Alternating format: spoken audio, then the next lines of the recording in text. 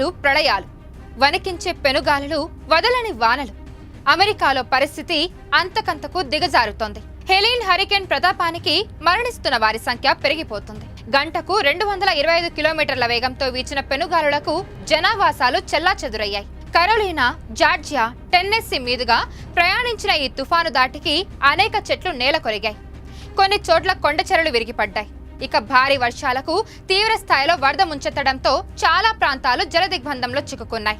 మరికొన్ని ప్రాంతాలకు కరెంట్ సరఫరా లేక అక్కడి ప్రజలు అంధకారంలో జీవించాల్సిన దుస్థితి దాపరించింది. ఇలా అమెరికాపై హరికేన్లు విరుచుకుపడడం గతంలోనూ అనేక సార్లు జరిగింది. గత శతాబ్దంలో అమెరికాలో హరికేన్ల కారణంగా 50,000 మందికి పైగా మరణించినట్టు లెక్కలు చెబుతున్నాయి. 2005లో సంభవించిన హరికేన్ కత్రీనా దాటికి 1800 మంది ప్రాణాలు విడిచారు. నాడు గల్ఫ్ కోస్ట్, లూసియానా, న్యూ ఓర్లిన్స్ లో భారీగా వరదలు పోటెత్తాయి. ముఖ్యంగా న్యూ ఓర్లిన్స్ నగరం చుట్టూ ఉన్న వాగులు పొంగిపొరలాయి. నగరంలోని 80% ప్రాంతాలు వారాల తరబడి వరదలతో నిండిపోయాయి. దీని కారణంగా రవాణా, కమ్యూనికేషన్ వ్యవస్థ దారుణంగా దెబ్బతినింది. ఈ విపత్తును నాటి ప్రభుత్వం ముందే పసిగట్టడంలో విఫలమైంది. దీంతో నగరాన్ని ఖాళీ చేయని వేలాది మంది ప్రజలు ఆహారం లేక అల్లాడిపోయారు.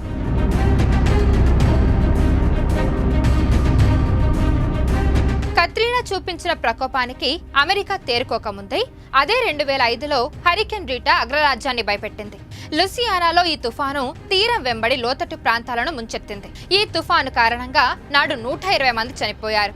ఇక మరియా హరికేన్ అత్యంత శక్తివంతమైన అట్లాంటిక్ హరికేన్. ఇది సెప్టెంబర్ 2017లో ఈశాన్య కరేబియన్ను నాశనం చేసింది. అమెరికా భూభాగమైన ప్యూర్టో రికోలో 3059 మరణాలకు కారణమైంది. 2017 అట్లాంటిక్ హరికేన్ సీజన్ లో అత్యంత ఘోరమైన తుఫాను ఇది. ఇక సెప్టెంబర్ 18 మధ్యాహ్నం నాటికి డొమినికా ద్వీపం అంతటా నీటి మట్టాలు పెరిగాయి. నాటి భారీ వర్షపాతానికి డొమినికాలో అనేక కొండచెరలు విరిగిపడ్డాయి. అటు ఇదే 2017లో సంభవించిన ఇర్మా తుఫాను కారణంగా 134 మంది చనిపోయారు. ఇది ఫ్లోరిడాను తీవ్రంగా ప్రభావితం చేసింది.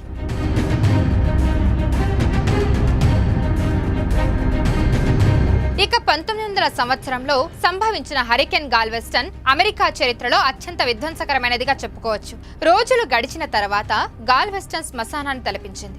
ఇక ఆ తర్వాత భవిష్యత్తులో వినాశకరమైన తుఫాన్ల నుంచి గాల్వెస్టన్ ను రక్షించడానికి 17 అడుగుల సముద్రపు గోడ నిర్మించారు. 1915 మరో హరికేన్ గాల్వెస్టన్ ను తాకినప్పుడు ఈ గోడే అక్కడి ప్రజలను కాపాడింది. 1969లో హరికేన్ కామెల్లే మిసిసిపిని అతలాకుతలం చేసింది.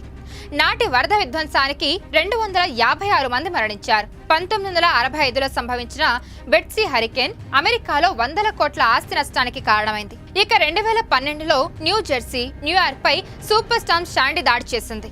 ఇది 233 మందిని చంపేసింది. అసాధారణమైన సాంకేతిక విజ్ఞానం, పరిజ్ఞానమున్నా ఎలాంటి విపత్తునైనా తట్టుకోగలిగే శక్తి ఉందని చెప్పుకున్న ప్రకృతి విలయాన్ని తట్టుకోవడం అన్నది ఎవరి తరమూ కాదన్నది అమెరికా చరిత్ర నిరూపిస్తుంది.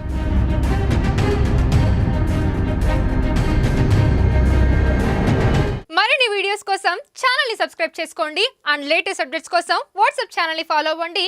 అండ్ లింక్ డిస్క్రిప్షన్ లో ఉంది.